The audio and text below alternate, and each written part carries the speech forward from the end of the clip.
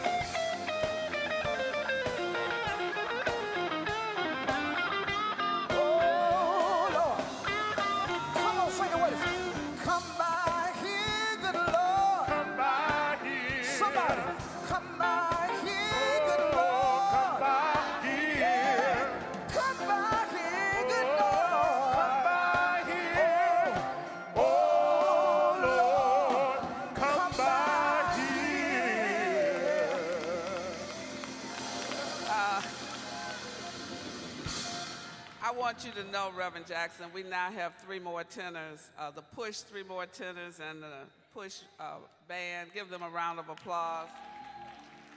We have our own Maurice Mahan, Reverend Cassius Rudolph, who is our next speaker, and we have our Reverend Christopher Hodges. That's our 3 more tenors, and you'll be hearing more and more from them as they form this aggregation, musical aggregation.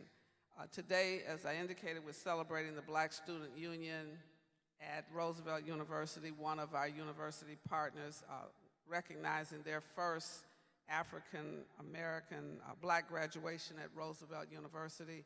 And Reverend Cassius Rudolph is going to come and tell us a little bit more about the graduation as well as the focus for millennials during this upcoming convention. Want you to know, those of you who are looking for college scholarships, you have 1 more day to apply for the Push Excel scholarships. Orly Saunders, we have the Toyota Fellows, and we have the New York Life Scholarships. You go to pushexcel.org. You must apply online. Go to pushexcel.org, and you can do that right now. If you want to follow us on during the week, you want to find out what we're talking about, where Reverend Jackson is, and what issues we're dealing with, you can go to Reverend Jackson on Twitter, at Rev J. Jackson, at RPC Coalition. You can like us on Facebook at Reverend Jesse L. Jackson, Senior, and Rainbow Push Coalition, and on Push Excel. Those are the ways you can connect to us in social media. You can go to rainbowpush.org and get an update on all kinds of information and issues. We're going to be talking a lot about the convention today and in coming Saturdays. Next Saturday, we will have a heavy focus on Law Day and the laws that are changing and the impact of some of the executive orders. We will have 2 outstanding senior lawyers here next Saturday, Attorney James Montgomery and Attorney John Howard, who will be here with their book signing, and there will be a panel of lawyers talking about some of the legal issues that we need to be aware of and be concerned about today. And now it is my pleasure to introduce to you our Midwest Field Director, the Reverend Cassius Rudolph.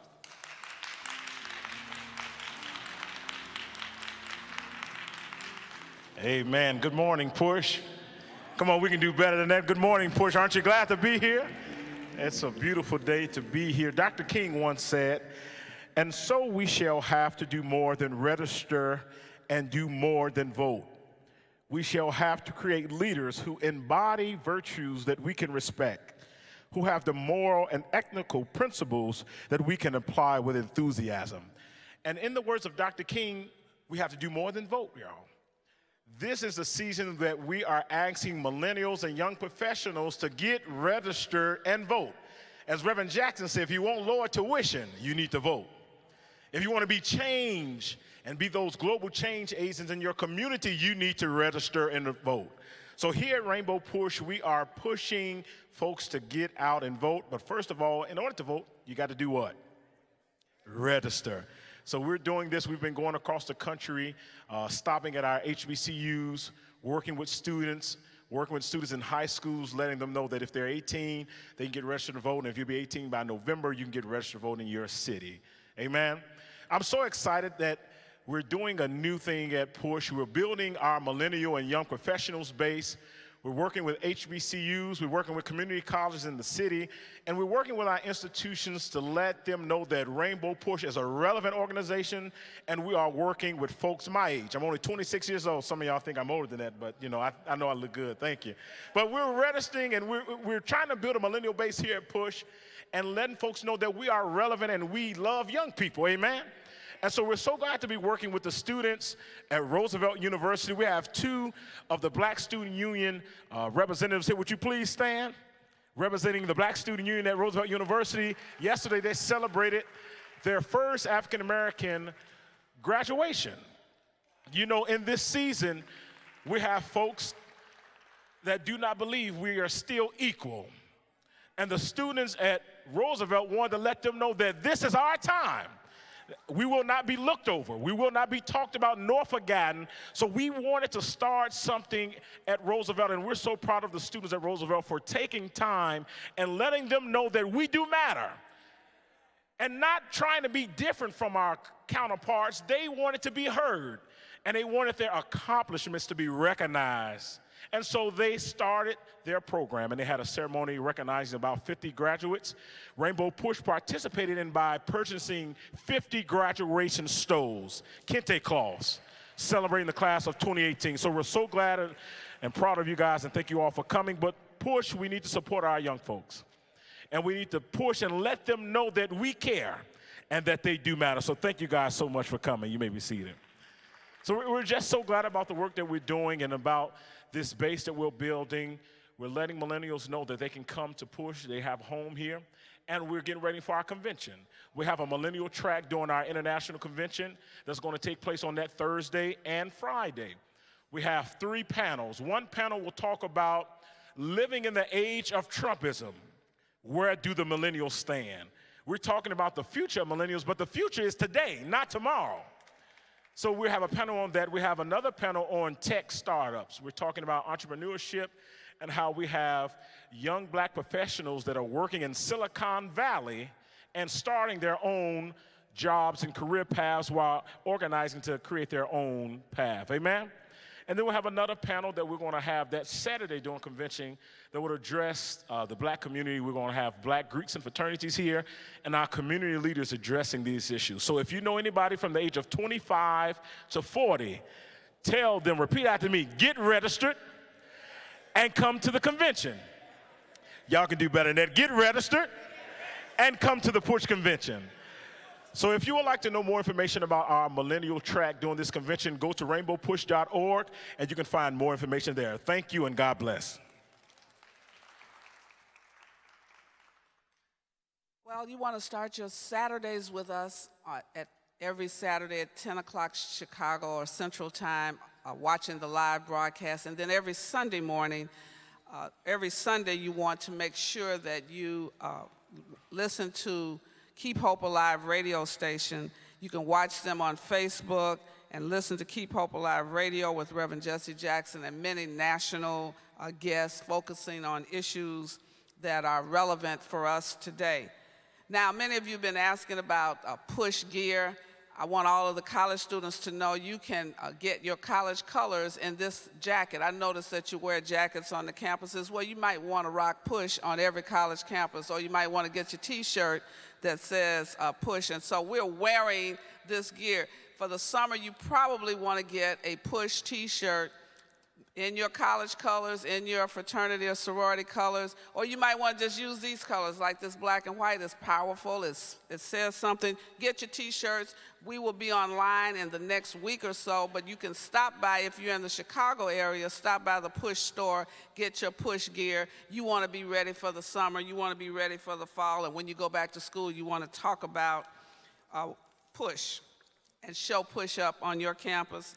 And in your family reunions, get a Push T-shirt in the color that your family reunion is. So put your family reunion on the back, put Push on the front.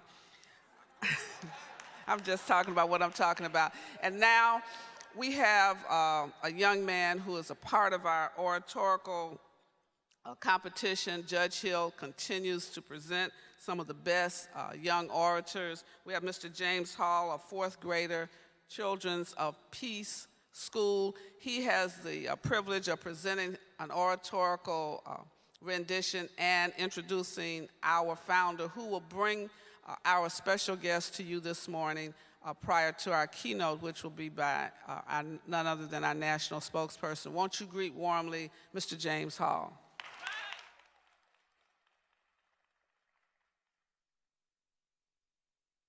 Good morning, Rainbow Push. Today, I will be giving honor to the Reverend Jesse L. Jackson Sr., a man who reaches out and lets us know that I am somebody.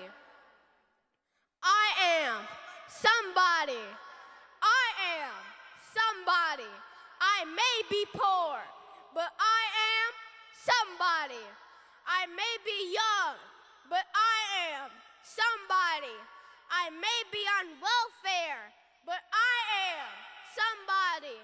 I may be small, but I am somebody. I may have made mistakes, but I am somebody. My clothes are different, my face is different, my hair is different, but I am somebody. I am black, brown, or white. I speak a different language, but I must be respected, protected, never rejected. I am God's child.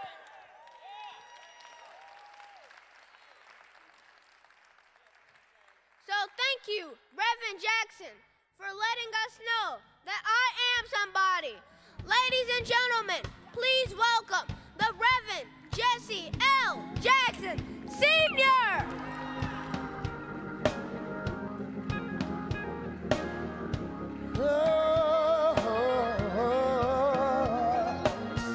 Some say my future not that bright. Some say I'm useless, unholy, not living right.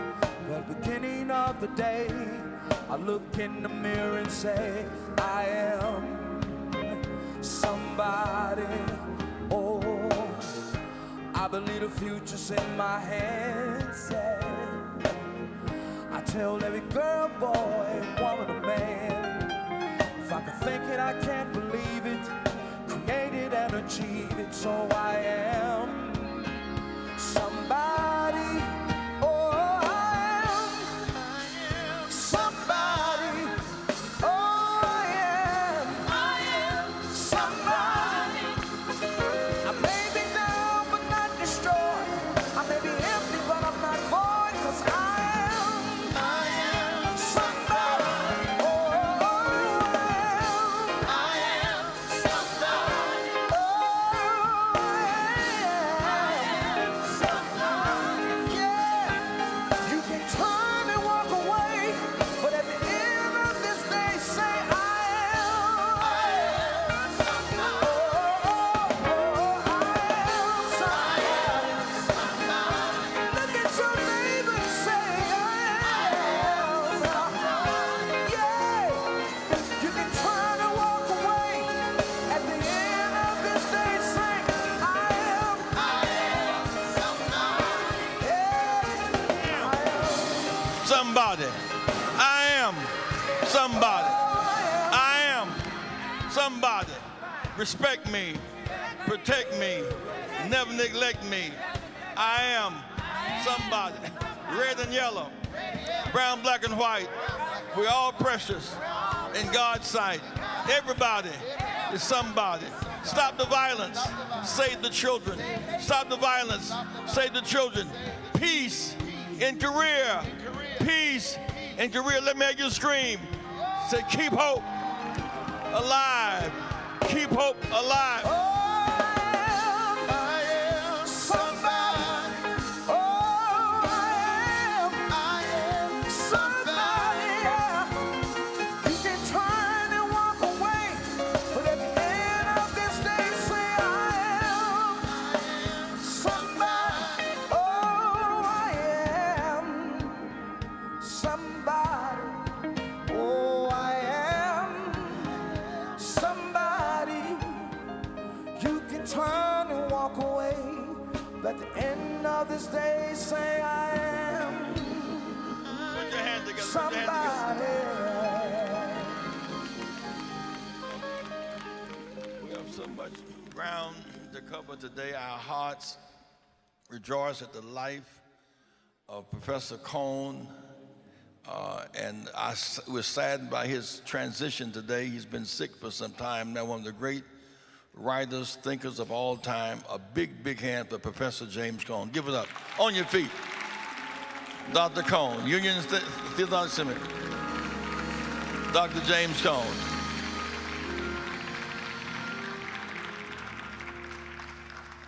He was one of Cassius Rudolph's professors at Union Seminary, and it touches him in a very special way. Some of the guests here today, one from Seattle, Washington. If you will, Brother Nate Miles, VP of Eli Lilly. Nate, please stand. Seattle, Washington. Daryl Powell, UFO, United Way. Stand, Daryl. Give him a hand.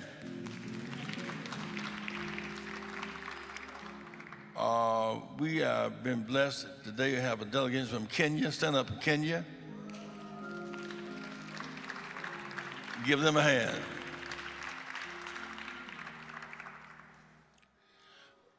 This week we went down to Montgomery, Alabama.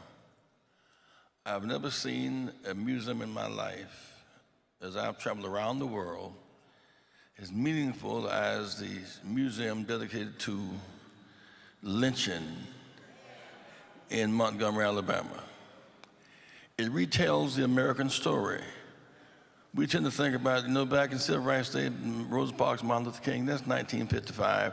We don't even connect Thurgood Marshall and Lyndon Brown the day before. Dr. King and Rosa Parks were a result of Thurgood Marshall and Lyndon Brown. And Dr. King was the mouthpiece, and Rosa Parks was the legs, metaphorically speaking, the vertebrae, the backbone, the brain really was Thurgood Marshall and Lyndon Brown. We thank God for them. But beyond that, when we were in slavery, there were not many lynchings. There were some killings, a lot of raping. No slave master could ever be accused of raping his commodity, his product. The rape occurred. Look at our skin complexions.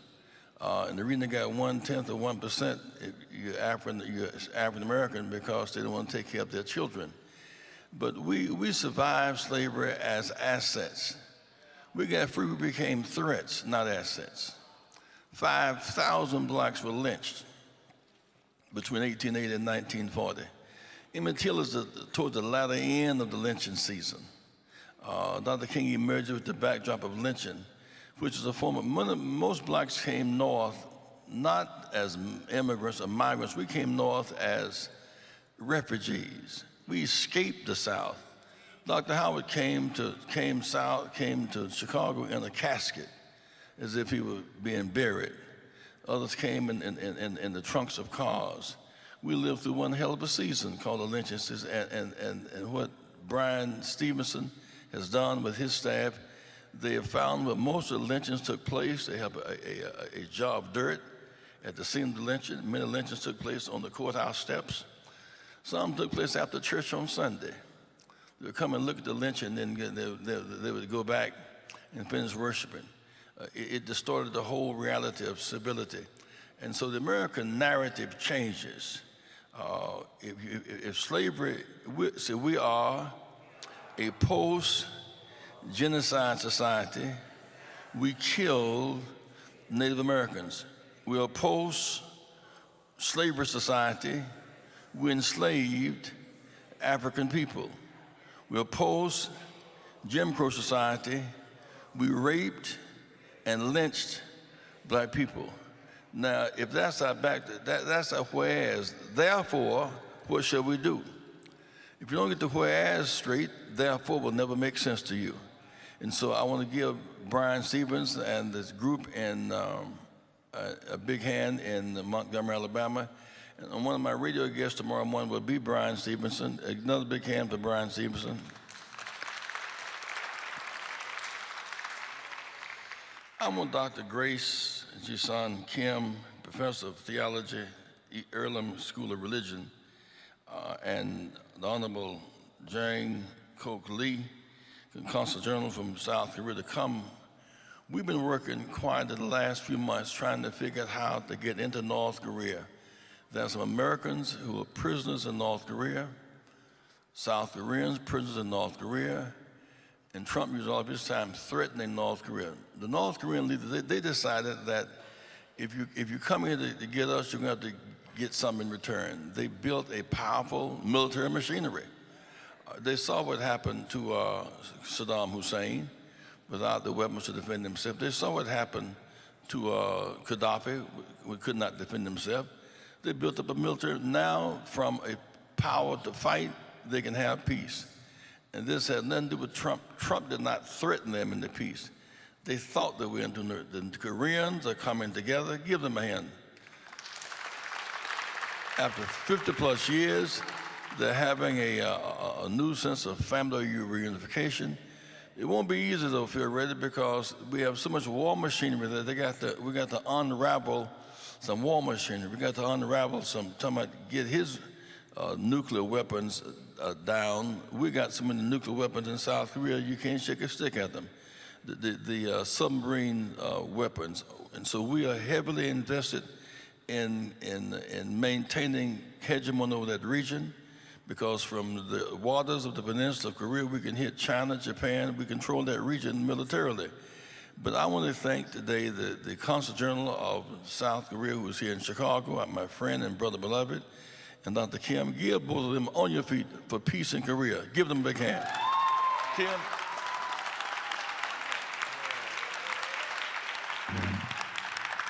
Well, thank you. Good morning.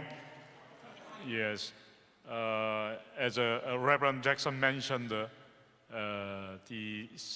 and as you already seen in news media, that the Inter-Korean Summit meeting was held 2 days ago, but in Korea yesterday. So this is a really historical, and also it is big step for our mutual peace on the Korean Peninsula, and also reconciliation between two Korea. As you know, since the Korean War, two Koreas have been confronting each other, and South Korea is the ally of the United States, and so U.S. has been supporting us.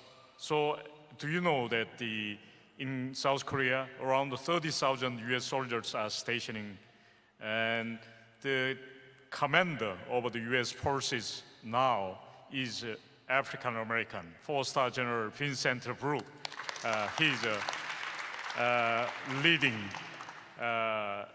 this effort to defend the security of South Korea together with the Korean soldiers. So this is a highly meaningful to me and to all congregations here today. So, of course, North Korea, for last over 25 years, they developed nuclear weapons. So you may remember that last year, September, when North Korea tested its sixth nuclear weapon, that was so powerful, around 100 times more powerful than the atomic bomb which was dropped in Hiroshima during the Second World War. So for last 25 years, all efforts to discourage North Korea to develop nuclear weapon has been failed. And so the Inter-Korean Summit meeting 2 days ago, and another summit meeting between the US and North Korea will be followed in 1 month or more. So these two summit meetings, we have a great, expectation than ever, because the United States always has been the key player for peace, and as well as in this denuclearizing of the Korean Peninsula. So this is a really meaningful. So our expectation is very, very high at this moment. And yes, 2 days ago in summit meeting between two Korea's two leaders agreed that many issues about the lowering such a military tension between two Korea, and also humanitarian issue. As you know, several million people of them has been divided, and they could not meet their father and mother or their brother and sisters for over 60 years. This is one of the most tragic situations in the world. So two leaders agreed that in August they will hold this reunion program, which will be held.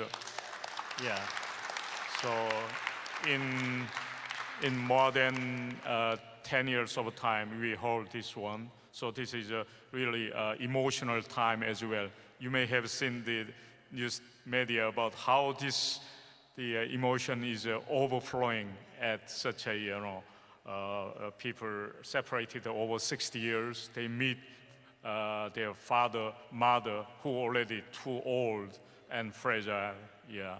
And so Reverend Jesse Jackson has always been a strong supporter for peace on the Korean Peninsula and reconciliation on the Korean Peninsula. So in February, he visited New York to meet the ambassadors of South Korea and North Korea there. So he delivered a message that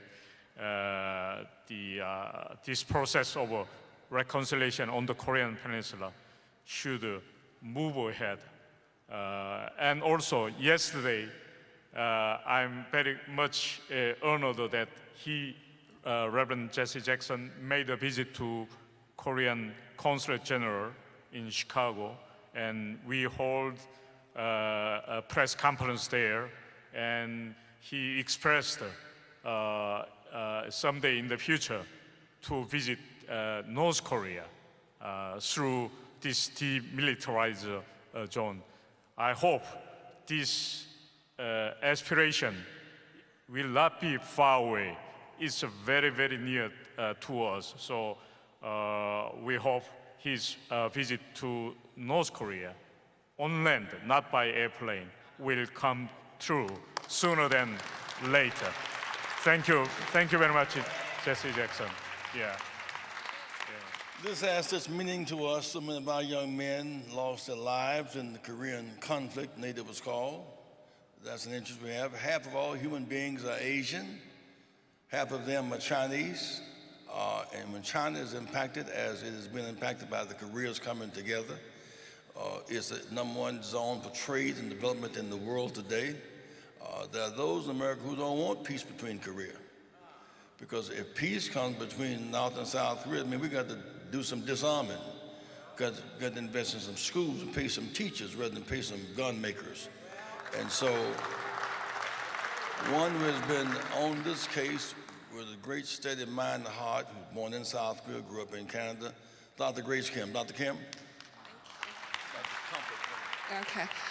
I'm just standing here with gratitude because, as Reverend Jackson has mentioned, I was born in Korea, and I never imagined a day like this where the two leaders will come together and shake hands and be in conversation. So, I just want to mention that during the war, lots of tragedies has happened, and during the Korean War, and before that, the Japanese had taken women, over 200,000 women, as comfort women. These were sexual slaves used for the gratification of the Japanese soldiers. And if you read their testimonies, they were kept in these small quarters, and they were raped anytime between 50 to 70 times a day. And many of them were murdered, or they died of illness. So we want to remember those women and keep them in our prayers. We only have a handful of them. We call them Harmony, which means grandmother at this time. I also want to mention that Reverend Jackson has visited Korea around over 20 years ago, and he has always been working for peace and justice around the world. So this peace work that he's been doing isn't just a recent thing in the last few months. About 4 or 5 years ago, we both worked on the Kenneth Bae case when he was a prisoner in North Korea. So at that time, Reverend Jackson and Rainbow Push really helped work on that case in trying to bring back the Korean American prisoner who was in prison, the longest prisoner there at that time. So it was always been a joy to work with Reverend Jackson and finding the support from Rainbow Push to kind of work for peace and justice. So thank you so much for all that you've been doing and what you continue to do. And we hope to work further so that this peace doesn't break down, but will continue and be fruitful. So thank you so much. Put your hands together. Put your hands together. This thing has happened so fast, we have not been able to kind of think through what it means that if If Trump calling the North Korean leader out of his name and vice versa, if there is a nuclear war, we'll all pay a big price for it. We choose peace over war. We choose hope over hurt. We choose love over hate. Those are choices we make. I want Sister Maria Pappas. I called Maria yesterday and today. She is 37,000 homeowners could very well lose their homes for tax reasons, or lack of mailing address reasons. And so we're using this platform to educate people. If you don't have your tax notice, Maria, explain to us what this means. We're going to have a press conference 10:30 Monday morning. Give Sister Maria Pappas a big hand, won't you please? I get a hug? Thank you. You know, when I want to cause a fuss, I know where to come. So here's the deal. When I started this 20 years ago, there were 120,000 homes on this list. Thanks to Push, Reverend Jackson, the Reverends, the electeds, this list is down on May 4th to 39,000. There are now 360 African American churches that are no longer on this list. But it's not good enough. It's not good enough, and this is why it's not good enough. Of the 39,000, 17,000 of them are male that have come back to my office on the low end 7 times. And of those that have come back, 17,000 people owe less than $1,000. It's not good enough. It's not good enough. It's not good enough. So this is what we did. This is the website, cookcountytreasure.com. It is the purple box. It is the purple box. I have made this 3rd grade proof. Simple. You're a homeowner. You go to the box. You put in your address. It will tell you if you're on the list. It will tell you if you've got the wrong address. And most importantly, and we're going to talk about this on Monday at 10:30, there are 126,000 senior citizens county-wide that did not, I'm one of them, I forgot to get my senior citizen exemption. You've got to apply for it every year. So there are people on this list that owe $100, forgot to get their senior exemption. They shouldn't even be on the list. I should be giving them $500. So this is the most vulnerable. We are out looking for the most vulnerable, and on this website, again, the purple box, it will take you back 4 years.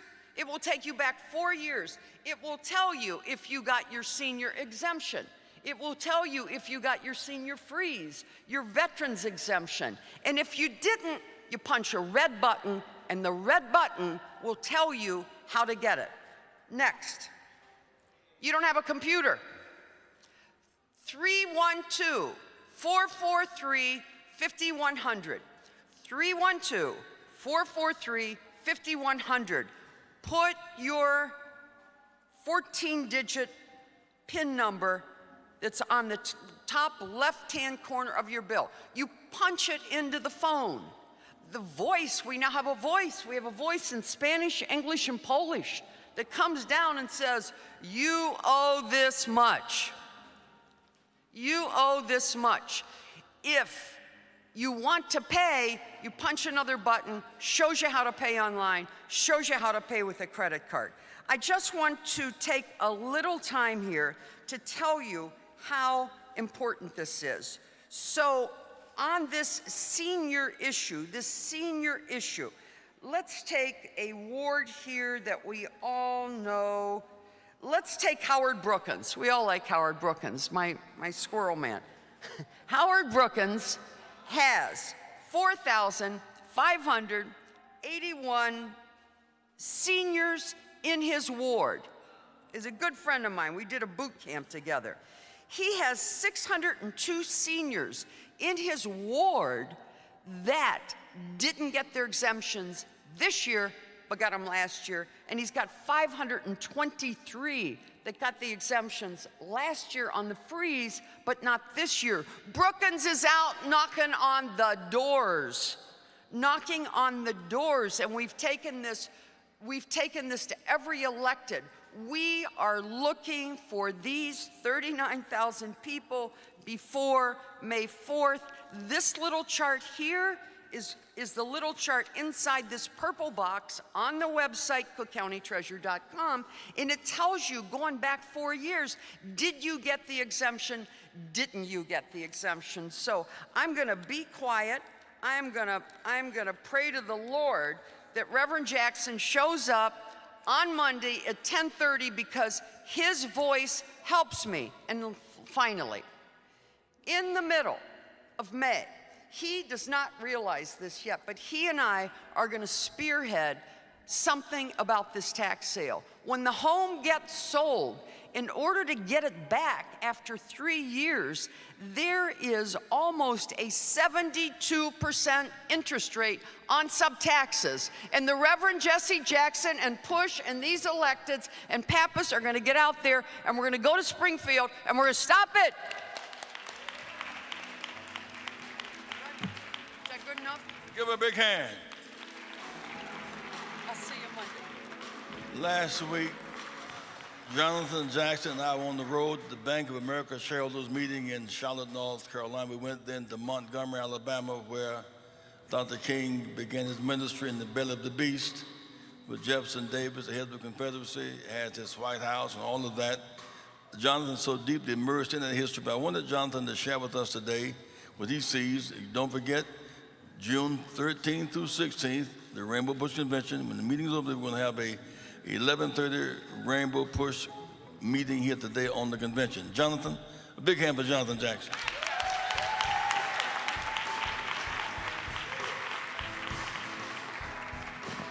Good morning, Rainbow Push. It's an honor to be back here in my father's rightful place, the Reverend Jesse Jackson.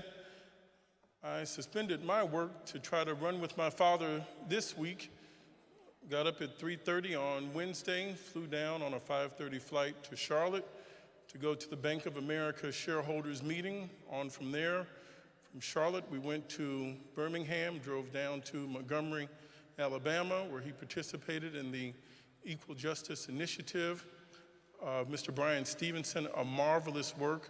I know some of you have plans to go to Disney World and other vacation resorts, but I'm telling you, your greater benefit, your greater value would be going to Montgomery to see the museum and the hallowed grounds for those history of lynching, something that we need to be much more informed about. From there, I had to go to Atlanta, to the Minority Supplier Development Council of Georgia, back on to Birmingham, and to Chicago last night to meet with some of our friends and relatives in the Congo that are concerned about their upcoming election. We have a delegation from Kenya today. Why do I tell you that in short? Because the Rainbow Push is on. And I'm not going to ask you to do anything more than my father does every day. Now that we have gone past the 50th anniversary, to commemorate the life, the living, and the continued work of the Reverend Martin Luther King, there was a lot of talk then on that 50th anniversary while people are elbowing and shoving and trying to seek attention and wanting to be on the program and speak. But the work of the Reverend Martin Luther King is never ending. The work of Reverend Martin Luther King, what would he do? Well, he left in a book, where do we go from here? He asked in the book about chaos or community. I would dare to say when Reverend Martin Luther King turned his eyes in Memphis to look at wages, when he turned his eyes in Memphis to deal with poverty, when he turned his eyes in Memphis to deal with economic equality, then was he assassinated. When the movement went from decency, being able to relieve your body in a restroom, decency to be able to check into a hotel decency to be able to eat at a lunch counter, decency to be able to get buried in a graveyard next to white people, next to black people, just common decency, what we know as sanity. But when he turned his eyes to wages, income, labor, equity, and parity, then he was assassinated. Jonathan Jackson, how can you say that? Because it's factual. My father mentioned the life of the Reverend James Cone. Reverend James Cone, a prolific and outstanding theologian. He talked about Jesus and the lynching tree. The intersection of our faith. When the white churches wouldn't talk about the lynchings, Mr. Cohen said he was reading and could not find any sermons about lynching. It was an American tradition. They originally studied between 1880 and 1940. I would remind you that Emmett Till was killed in 1954. There have been lynchings even in the new millennium in America. Lynching is a tradition. Why do you lynch someone? If you're going to kill them, you can simply shoot them, stab them, suffocate them, and bury them. But why do you lynch? Why do you put someone on high? Why do you put them in the middle of the street? Why do you put them hanging and dangling? You cannot hang someone by yourself. It's a mob activity. You have to pull the rope. Someone has to continue to grab it, to move them higher, to tie it down. After you castrate someone, after you cut the babies out of a wound, after you sexually mutilate them, you do that to strike fear, to strike terror in a population's heart. Why was Saddam Hussein hung in the new millennium? To strike fear and terror. This is against the providence of God. So as we talk about what happened at the shareholders meeting in Charlotte, North Carolina, I always enjoy going to these shareholders meetings and certain events with my father, the Reverend Jesse Jackson. And you may not have experienced this, certainly not as many times as I have. Some people are afraid of my father. When they see him coming, I can see eyes go around the corner, then hide back around the beam, wondering what is Jesse Jackson doing here and what does he want? Some of the people that benefit from his work, and what is his work? To bring light in dark places, to confront the truth. Some people are really midgets in spirit. They got a little deal and a little contract. They're not men amongst men, women amongst women. They don't want to show their face. As we went down to the nation's second largest bank with over $2.2 trillion in assets, the banks that can make decisions that our Federal Reserve cannot make, on saving our housing. He first thanked the chairman, Mr. Brian Moynihan, who extended his time as a courtesy on behalf of the shareholders to the Bank of America. We thank you, Mr. Moynihan. And he says, thank you, Bank of America. You've done more to help African-American churches that were facing foreclosures. That's something to shout about. They put together aggressive plans to help modify the loans. That's something to shout about. And as they continue to try to expand, we have to continue to show up at their shareholders' meetings. I'm saying a room with less than 200 people in it, discussing $2.2 trillion. What would Reverend Martin Luther King do now? I couldn't help but think about who was missing from that meeting. We need our ministers. We need our students. We need to get on the credit union board. We need to get on the pension board. We need to show up. Many of your children are going to matriculate and graduate, and they want internships in financial services. Your children aren't going to even be considered. If you look at the new algorithms, you see what Facebook is doing. Nobody's going to look at 1,000 resumes, 10,000 resumes. They're going to put all the names they're going to scan it, they're going to quick sort it to figure out who had outstanding grades, who went to well-named schools, who's got unblemished records, who have a high credit score, and the rest of the children's addresses are going to get kicked out. It's in a formula. Jim Crow has not stopped. What do we do as men and women of conscience? We have to show up. Not text, not tweet, not email, not Snapchat, not voicemail, not leave a message, not text. Show up.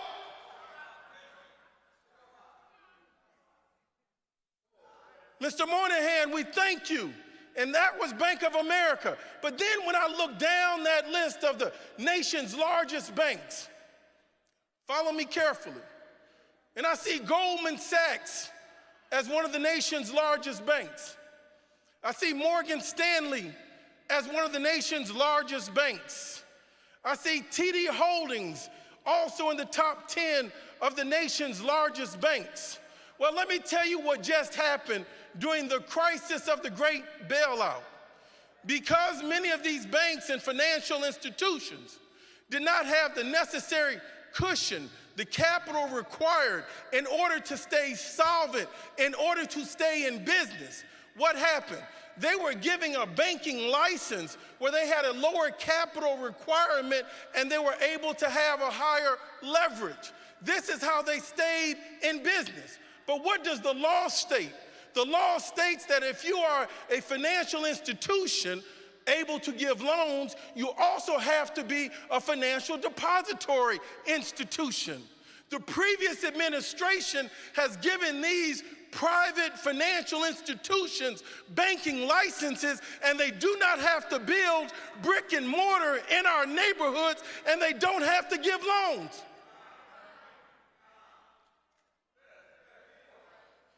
I'm going to wrap this up. Then we went to Montgomery. Now I can see the intersection. I'm going to leave from Charlotte to Montgomery, and I'm going to end this conversation today in Memphis. Then we get to Montgomery, and I must say, having studied business for 30 years now, I was ashamed of how little I really appreciated the history of lynching. My profession has been in finance. My profession has been running on the New York Stock Exchange, having run at the Chicago Board of Trade, having worked in investment banks, knowing most of the language that surrounds it. But I did not understand the intersection of our economic deprivation and the history of lynching. When does lynching come about? Lynching comes about in large part after slavery, once we become freed people. You see, when you're enslaved, you're someone's property. So you don't kill your property. You beat it down, you whip it down.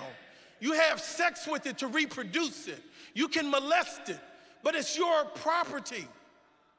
But after you become free, you become somebody else's problem. What got Mrs. Ida B. Wells stirred up is when they had the People's Grocery Store in Memphis, Tennessee. And freed African-American men started competing with the white grocery store. And then they came back to lynch the three people. Miss Ida B. Wells in Memphis, Tennessee started saying lynching and economic deprivation go hand in hand. That was Mrs. Ida B. Wells. She didn't stop there. She came all the way to Chicago because the Klan, the sheriffs, the FBI, and the police wanted to kill her. Let me digress one moment. Her name used to be on a housing development not very far from here. Chicagoans, we're going to re-erect her name on 39th and King Drive. Too much work was done. You're not going to erase our history and pull it down. Thank you, Brother Brian Stevenson. I'm fired up about it. There was another young man in Memphis, Tennessee. I'm talking to you, Benny. He wanted to get a receipt, and he got lynched for talking back, for asking for a receipt. Some wanted a grocery store, they got lynched. Some man wanted a receipt so that the sharecroppers wouldn't stop undercutting him and saying he didn't have his books of a low wage with constant indebtedness. Oh, we're gonna reevaluate our history. Brian Stevenson taught us down in Memphis, in Montgomery. He says, we had won the Civil War, but we lost the narrative war.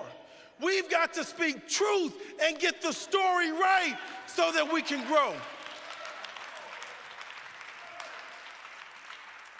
The men and women that have tried to do business. So why is there a dearth and a lack and a paucity of African Americans in business? Because you've been terrorized.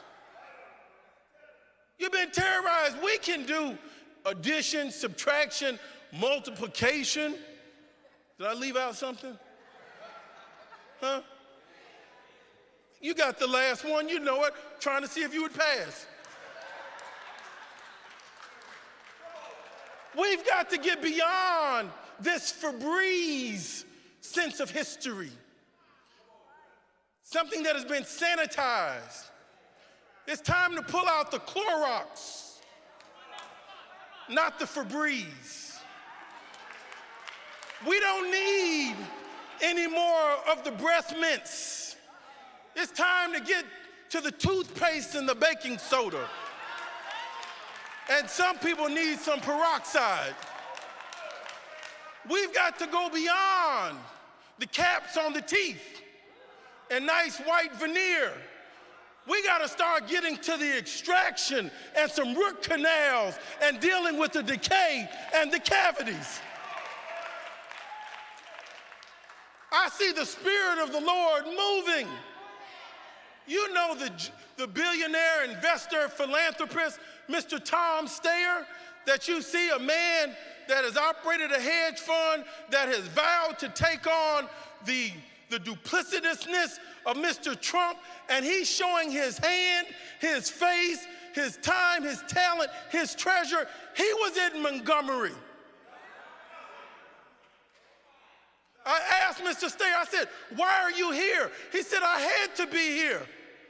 He said, I was in Memphis also. I said, wait a minute, Mr. Steyer, please. My wife greatly admires you, and she doesn't get stirred up for action, but she signed your petition. And I love his wife, Kate, Mr. Tom Steyer's wife. I said, why did you go to Memphis, Mr. Steyer? I said, I went because my name is Jonathan Luther Jackson. My father's so entwined in this, and I was to get there a day later, but my soul couldn't rest. I bought a full fare ticket at the last minute and had to get down there a day early just so that I could rest. I couldn't have been there 50 years ago, but I had to be there to commemorate, to set aside, to say thank God for the life of the Reverend Martin Luther King. I didn't want a trip to Vegas. I didn't want to go to Disney World. I didn't want to sit on the islands in the Bahamas. I wanted to thank God for that moment, for Reverend Martin Luther King. I asked Mr. Steyer, I said, why did you go? A man that has planes and billions and deals all over the world. The man never said a word. He choked up in tears and became overwhelmed with emotions, and his wife just embraced him. I know the month before Martin Luther King died, he said, a rich man could go to hell because he looked past Lazarus. He didn't condemn him for his wealth. He condemned him for his insensitivity to the poor, the beggars that were outside your door. That night before in Montgomery, I saw Lauren Powell Jobs, the wife of Steve Jobs. She was there. She gave a speech, and she says, we have to remember the history of Americans killing Americans, Americans molesting Americans, Americans denying Americans any of their rights.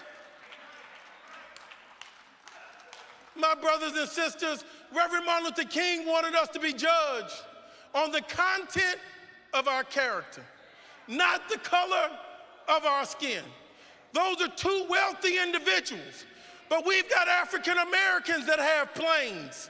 We've got African Americans that have billions. We're gonna need you to show up sometime. Martin Luther King told us about tokenism. We've got to go beyond tokenism. And as we go back to Memphis, 50 years later, Memphis has 640,000 residents, 64% African American, the most impoverished large city in America. 20% of the population is living in deep poverty. They have African Americans are making 52% of the median income of Caucasians. They've got the Memphis Grizzlies. They've got FedEx. They've got International Paper. They've got AutoZone. Now they have engaged in an outsourcing sub-labor extension of slavery to keep more than 40% of African Americans beneath the $15 wage for jobs. Come on, you all. In conclusion, from Charlotte to Montgomery to Memphis, having spent a few great hours this week with you, Dad, there's work to be done.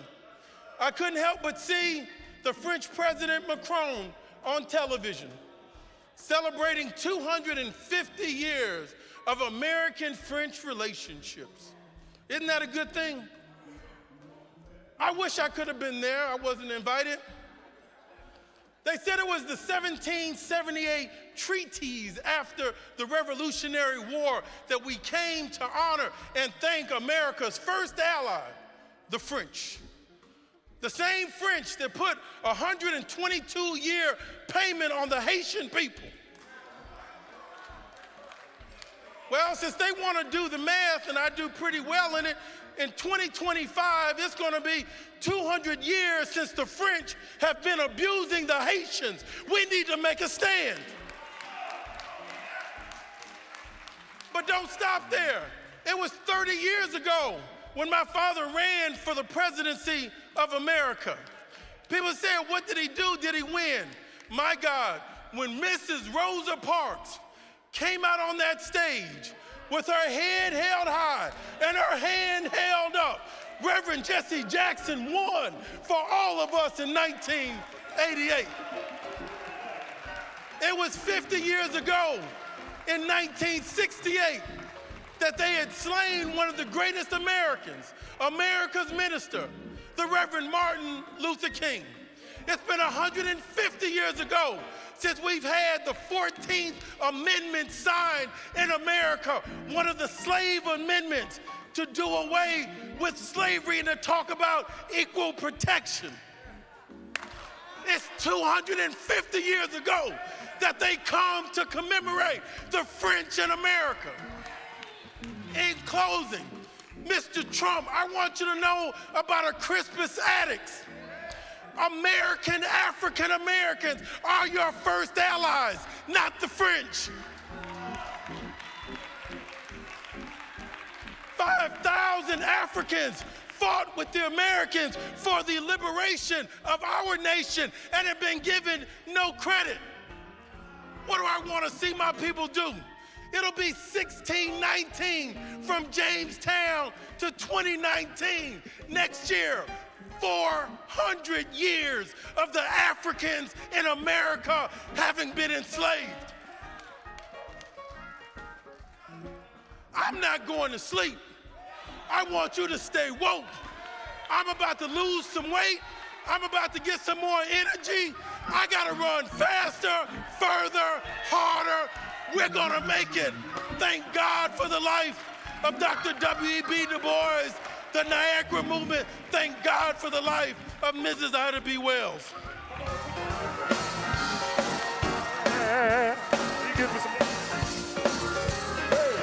trouble in my way. I had to cry sometimes. Yeah, trouble. I had to cry sometimes. Laid awake at night. But it's alright. Oh, Jesus. After a while. Come on, trouble in my way. I had to cry sometimes. Yeah, trouble. Oh, I had to cry sometimes. Oh, I laid awake at night. But that's all right. Yeah, Jesus. Oh, after a while, I stepped in the furnace long time ago. Yeah, Shadrach and Meshach and Abednego. Oh, they wasn't worried. This I know.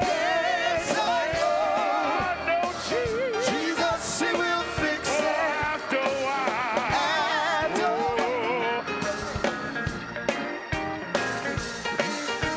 Come on, put those hands. Oh, yeah. Oh, I know Jesus. I know Jesus. Is there anybody here this morning that know Jesus will fix it? Know Jesus will fix it. No matter what you're going through,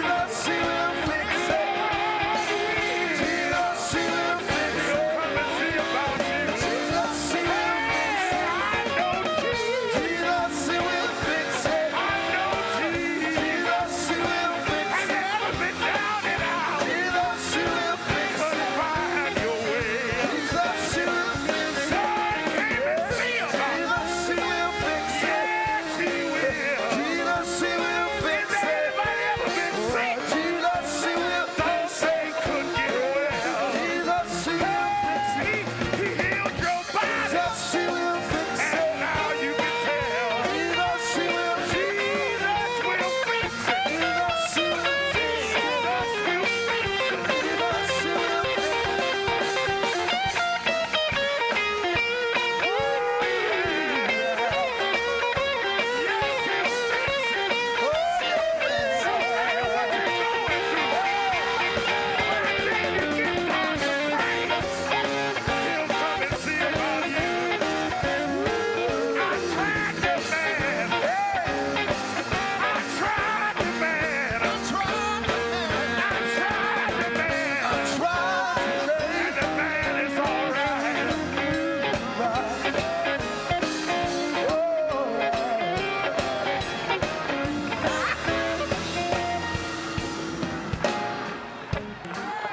Let's see if our choir and Brother Cassius rule out. Let's hear the Cassius.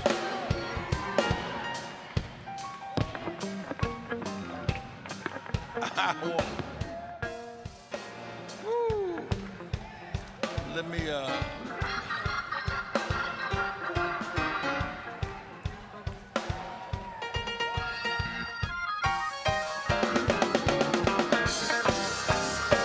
Do you know the man from Galilee? I know He will provide.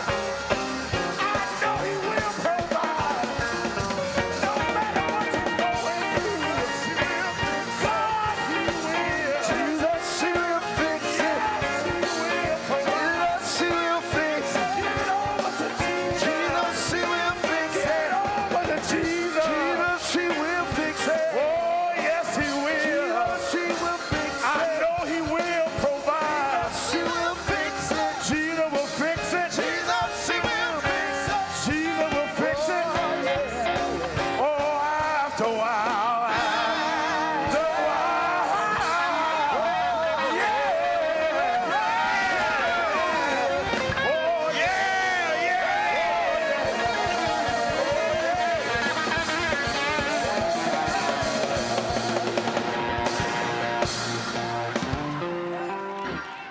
say amen. Say amen, say amen, say amen. Put your hand together, say amen. Woo.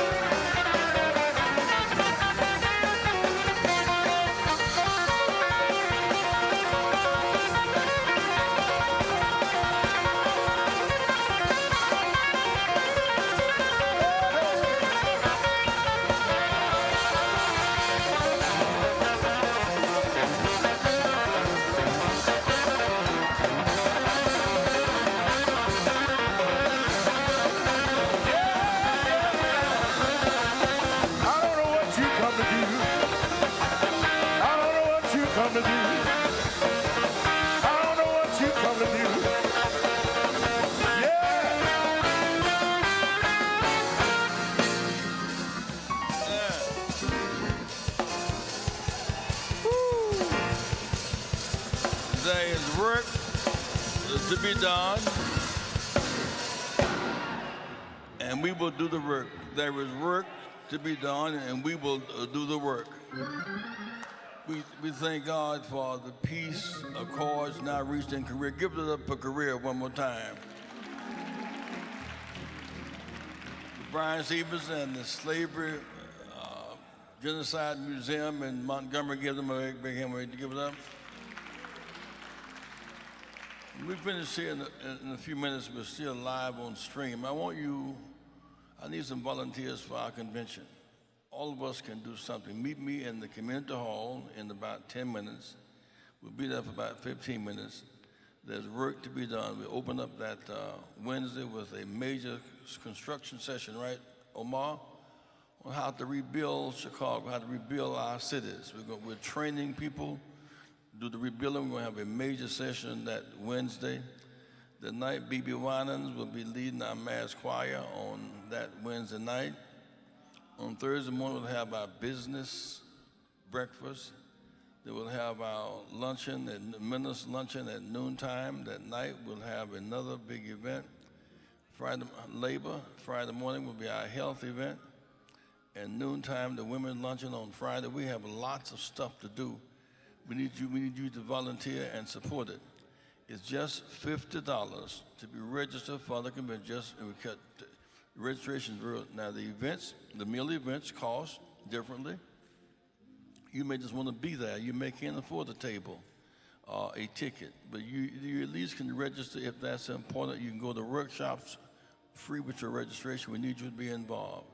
I want to take up our collection now, but I want you who will meet me for 30 minutes from 11:30 to 12 in the community hall raise your hand. You'll meet me 30 minutes, just 11:30 to 12 in the community. Raise your hand, stand. I need you to stand with me just for 30 minutes in the community hall. Please meet me upstairs. Matter of fact, Sister Helen, on that Sunday, we were going to try to go to Cook County Jail, kick off our convention at the jail. They must be involved in the project. If you will meet me for 30 minutes, stand. Alana, get up. Judge Hill, Sister McMorris, y'all get up. Sister Emma, get up. Benny Payne, get up. Try not to call your name, but get up anyhow. Yeah. Kim, get up. We're going to talk about the Koreans. Get up. Omar, why you sitting there? You want me to call your name? I do, huh? Yeah, I know your name. I'm trying not to call your name, and I will call it. Well, the point is, I need you. We can't buy our way to freedom. See, we cannot buy our way to freedom. Those who marched volunteered. You can't pay no ransom for your freedom. It already belongs to you. So I just need you up there for meet me when it's over. Now collection time. If you will sacrifice, Phil, we're glad to see Phil. Phil, stand up, Phil. That's I'll get top here. Hey, Phil, do a little Stormy Monday for us right quick.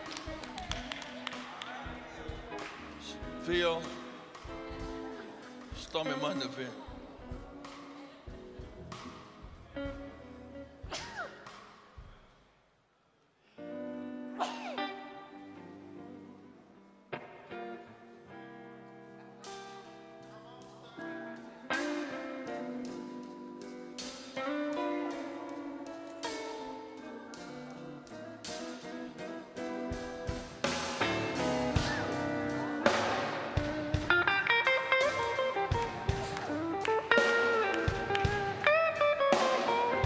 Don't leave, Benny. That's Brother Phil on the guitar. You'll sacrifice and give at least $100. Please stand. We need your help. $100. Our rhetorical winners stand. Our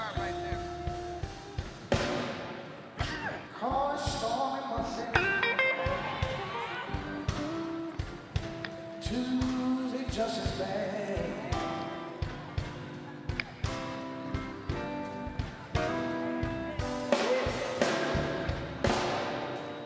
Call it stormy Monday.